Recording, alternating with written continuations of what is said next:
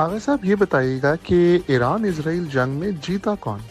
दोनों फरीक ये कह रहे हैं कि हम जीते। मेरा तो ये ख्याल है कि नुकसान ईरान का ज़्यादा हुआ है। आप क्या कहते हैं? जंग का फतह और कामयाबी और जीत और हार का फैसला नुकसान की बुनियाद पर नहीं होता, मकासद की बुनियाद पर होता है कि कौन सा मुल्क अपने मकसद को पहुंचा है और कौन सा मुल्क अपने मकसद को नहीं पहुंच सका। ईरान का मकसद क्या था और अमेरिका का मकसद क्या था और इसराइल का मकसद क्या था और अरबों का मकसद क्या था। ईरान का मकसद अपना दिफा करना था, अपनी हुकूमत बचाना, जान बचाना ईरान का मकसद नहीं था। चूँकि शुरू दिन से ईरान जिस मनहज पर है, जिस राह पर है, इमाम हुसैन अलैहिस्सलातु वस्सलाम का रास्ता है, हज़रत इब्राहीम खलील अलैहिस्सलातु वस्सलाम का रास्ता है, जो जान देने के जज्बे से शुरू होता है, न जान बचाने से। और ईरान अपने मकसद में 100% कामयाब है, यानी दिफा में।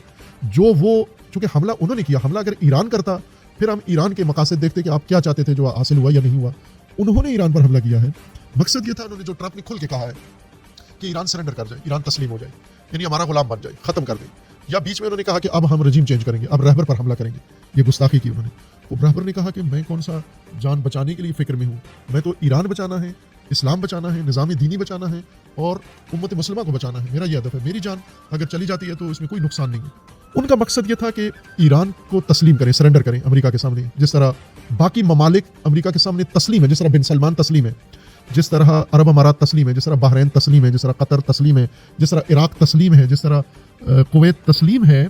इसी तरह हूबहू अमेरिका के सामने ईरान भी वही तरीका अपनाए और फातिहाना तौर पर ट्रंप आए और ईरानी इस्तकबाल करें, कारपेट बिछाएं और ट्रंप डिक्टेशन दे और सारे काम करें। ये उनका मकसद था असल में, और इस मकसद में 1% भी उनको कामयाबी नहीं हुई। इस वजह से ईरान ने रहबर ने मुबारकबाद दी है ईरानी कौम को। बहुत शुक्रिया आगा साहब हमें वक्त देने का। अपना ख्याल रखिएगा।